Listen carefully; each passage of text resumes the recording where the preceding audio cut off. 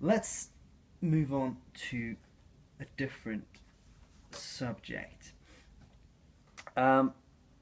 We have been talking about cast, actually. We've kind of touched on that. Do you have any thoughts on on cast design? You know, what the characters that you come across in a play for young audiences. How to create a dynamic and interesting cast of characters. How much of that work is the writer's work in the way that they write the characters? How much of that work is the actor's work when you start working on the floor, for example? In terms of characteristics. Well,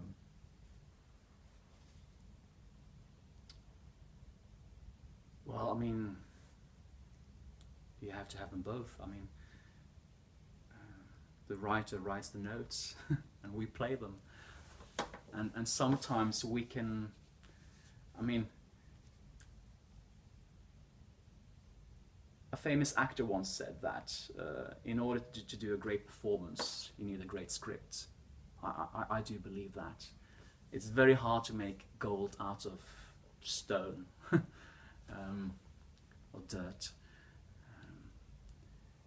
I think if the writing is great, a great actor can make it even greater, but if the writing is bad, it'll still be bad. And a good actor will also be able to, you know, take the text and try it out in different directions, you know, and get the feedback and tune it a little bit and take it up a notch or down a notch. Yeah. What about the complexity of character? I think, again, for playwrights who might be just moving into the field of writing for young audiences, might have a fear that they have to make things more stupid, more simple, more banal, that characters are, you know, will have to be less complex or less interesting because they're for a young audience. Do you have any thoughts on that?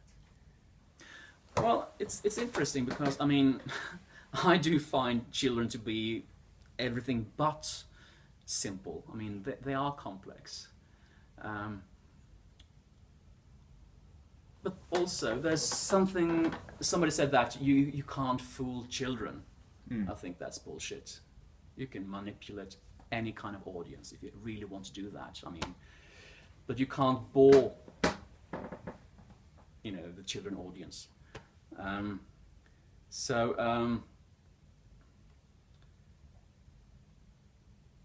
If you bore them, you know, you'll lose them. I mean, they'll lose their concentration and just drift off. I lost track now. Well, we're talking about the complexity of complexity. character. Yeah. Complexity. Yeah. Yeah. I mean, how do you work as an actor? You know, in terms of to create an interesting character from the script that you've been given. What are you looking for that'll be interesting for you to perform? Yeah.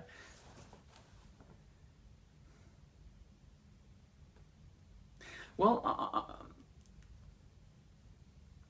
I'm more focused on the play, you know, what's at stake, what's the challenge, what's the obstacle, and a character will be complex in order to achieve that goal, you know. I mean, I'll try this, I'll try that.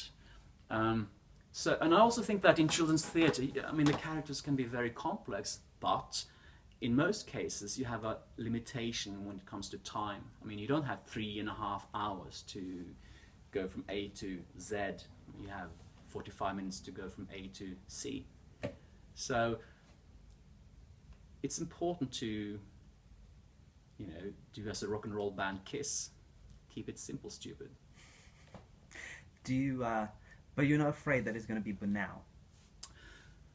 Or Oh yeah, always. I mean, banal is, you know, it's deadly. And sometimes when I see shows for a very young audience, it's all about, you know, peekaboo, you know.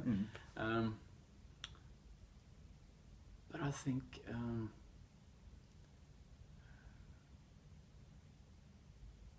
a good story will, you know, have a life of its own. You have outer conflict and inner conflict, right? You can fight against the world outside of you, like, you know, in Vesleblokken, they fight against time. You know, they've got to Nature. they've got to get the doctor on time to save this little kid. They have got to travel through a kind of snowstorm in order to get there. Very kind of strong physical outer forces. But you can also have inner conflict in a character that for some reason wants two different things that are, you know, and you can't have both, or feels the need to, you know, I mean, Hamlet has an incredible inner conflict. You know, he both wants to kill and revenge his father and kill his stepfather, and he wants to be a decent and honest man and do the right thing, and he doesn't know what the right thing is. Should he or should he not actually commit murder? Should he or should he not kill himself?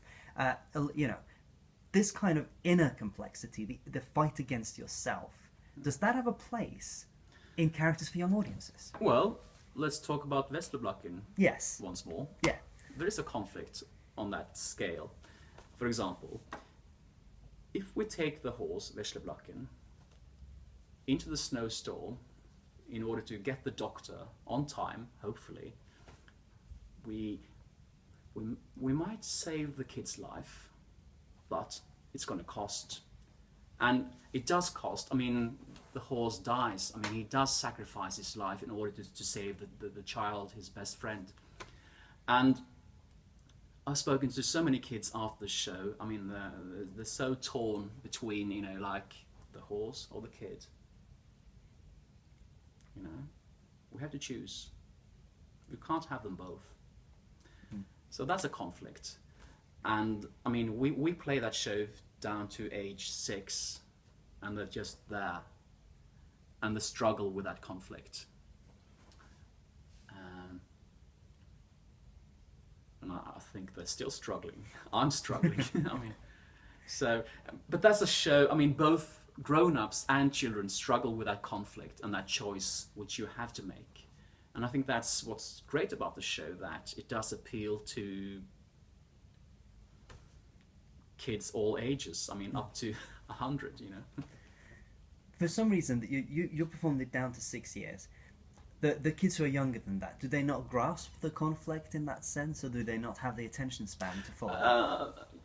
Well, it's mostly about, you know, the first half of the show is all about fun, you know, I mean, showing the horse and its capabilities and, you know, the fun-loving aspect of it. But when we do that little twist, when it's not fun anymore,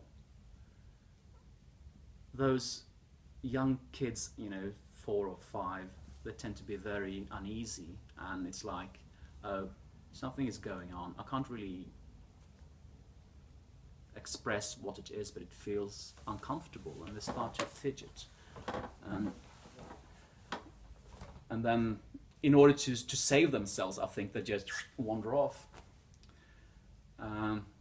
Whereas 6 years and above, they have a greater capability of dealing with the story and the twist and the turn, and to deal with the emotions, and also to talk about it after the show, when the show, you know, lives on.